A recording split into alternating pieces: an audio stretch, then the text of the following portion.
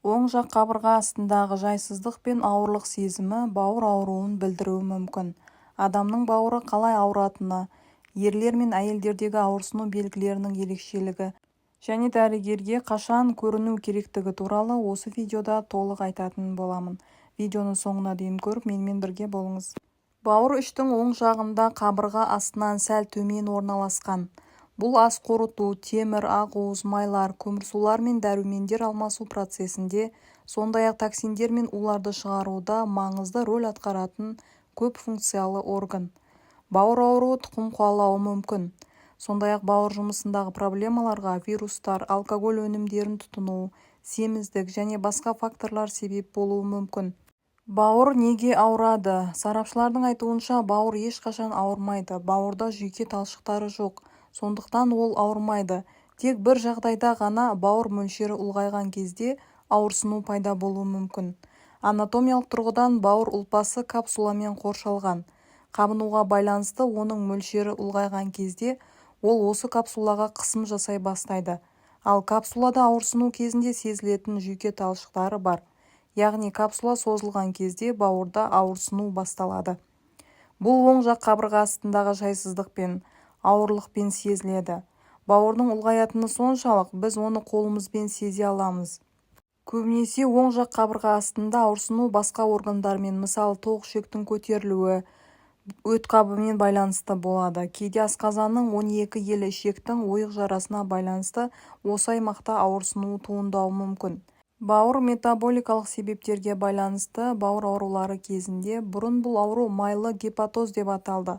Органдағы қан тамырларының бұзылуымен, инфекциялық зақымданулармен, аутоиммундық бұзылулармен, эндокриндік бұзылулармен, жарақаттармен және басқа ауруларға байланысты ұлғаюы мүмкін. Бауыр қалай ауырады? Бауырдың өзі ауырмайды, орган орналасқан капсула ауырады. Бауырдың зақымдануы кезінде туындайтын белгілерге тоқталайық. Қолайсыздық. Бауырдың ұлғаюы оң жақ қабырға астындағы жайсыздықпен сезілуі мүмкін. Көбінесе бұл тырысатын, түйіп ауыратын, бірақ шыдауға болатын ауырсынулар. Өткір ауырсыну бұл органның көптеген ауруына тән емес және көбінесе оттегі тас түзілуі ауруынан туындайды. Ауырсыну. Бауыр аурулары кезінде адам қабырға астындағы ауырлықты сезінуі мүмкін.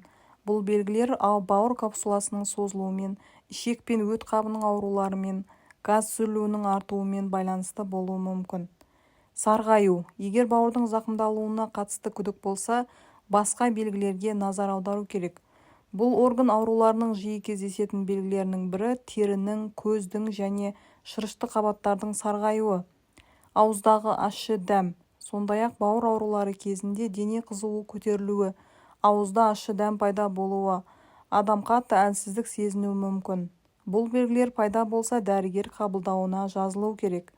Егер бауырыңыз ауырады деп ойласаңыз, дәрігерге бару керек. Симптомдарды елемеу және дұрыс емделмеу ауыр зардаптарға, тіпті өлімге әкелуі мүмкін. Биохимиялық қан талдауын тапсыру керек. Мамандардың пікірінше, бауырдың зақымдану белгілері пайда болған кезде органға жүктемені азайту керек. Яғни алкогольді, темекі шегуді, кейбір дәрі-дәрмектен бас тарту керек. Дегенмен маманмен кеңеспей, дәрі-дәрмектен өз бетінше бас тартуға болмайды. Бұл денсаулыққа пайдадан гөрі көп зиянын келтіруі мүмкін.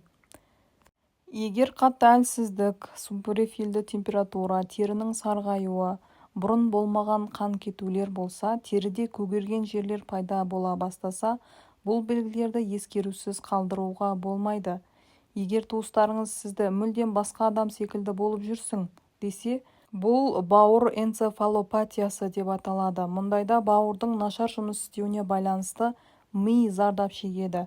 Мұны сіз байқамайсыз, бірақ туыстарыңыз байқайды. Терінің қышуы сияқты маңызды симптомы да бар.